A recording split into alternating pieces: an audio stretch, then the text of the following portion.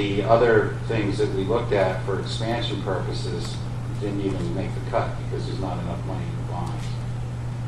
I think and I do agree with Mrs. Herman, I do think it's early to talk about it in the sense of, it's something we need to do right now. I do also, and maybe I'm straddling the fence, I do agree with Mr. Burgundy's point, though, that long-term, we have a financial problem.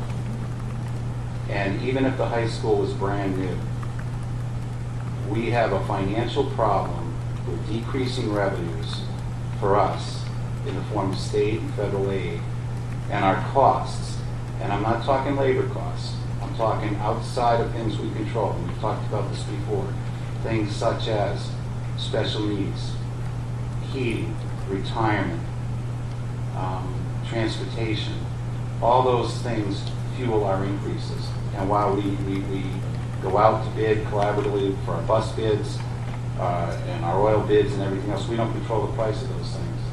And Doug and I are in the process, and I can say for sure, with 90-degree certainty, that next year we're going to be in the same problem.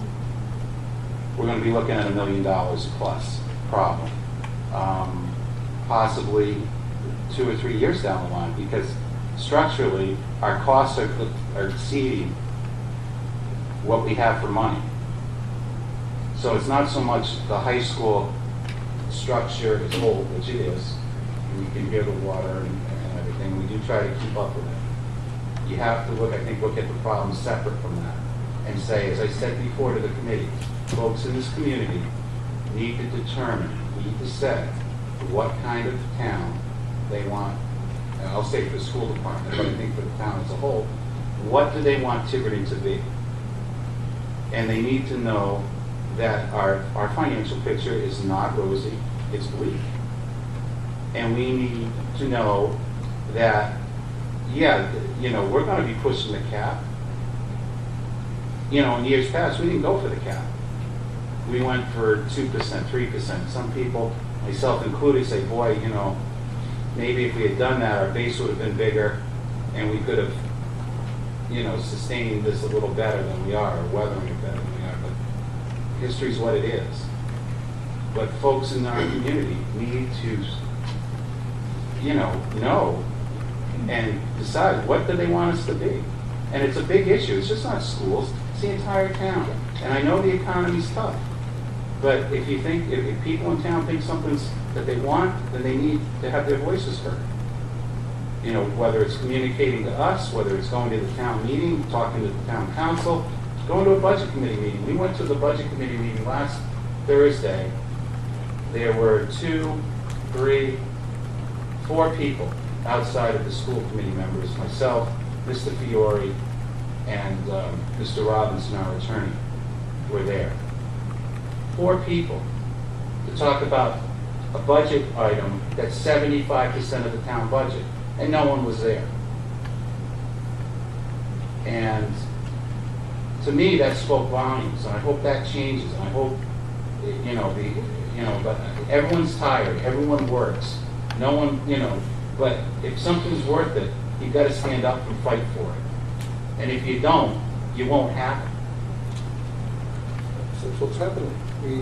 There's no tax base in this town, and people have to decide which way to go. But at the same time, we have to understand what kind of big expenses. And I'm not claiming that this is in 3 years we absolutely need a new high school, but this is coming. And things like this don't happen very quickly, because even at this point, if now we would raise a hand that we want to build a new high school, we are looking 8 years from now to move to the building. Right now. So these are long processes. So now, is this too early to actually mention this? Nothing is too early to mention it when we know what's coming and what kind of dilemma we are facing. And if all this does is to basically start a discussion, makes people aware that we have a problem here which is much larger than our stupid $750,000, even so as big as it looks right now, it's nothing comparing to what we will be dealing with in several years from now. We talked about this in previous meetings. even if you reduce what everyone earns for 1 year, while it might get us through this year, we're still going to be faced with similar problems next year and the year after. The purpose of looking at it, the possibility, again, is not a fiscal plan per se. It's, if we were a business, and we're not, but you do have to account for expenses versus revenues, you would start looking at, we have to, again, do we want to make, like GM did, all those cars? They said, no, we have to scale back in order to survive.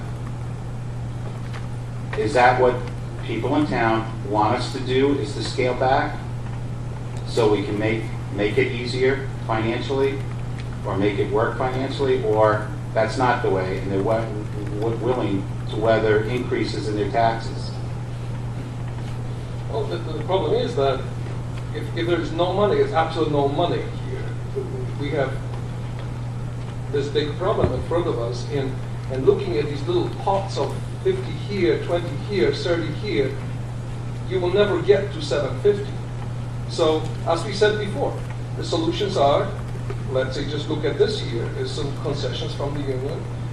The other solution is to cut the programs, and these are the programs we're supposed to preserve here because we are on this committee. And then by the time we are done with cutting our programs, you might not want to be in this high school. You might say, please send me somewhere else, because there's nothing really for me here except just sending kids to school, and they just take the regular classes they're supposed to take. There's nothing beyond that. So all the value of high school to the community is in all these things which are dear to us. And if all of this is gone, how important is high school at this point? As opposed to sending kids somewhere else. And every choice we make is like this. And everything, if we are going to say we close, someone says, no, don't touch a high school, let's close one of the elementary schools. Well, there will be hundreds of parents and a couple of hundred of kids who are going to be impacted.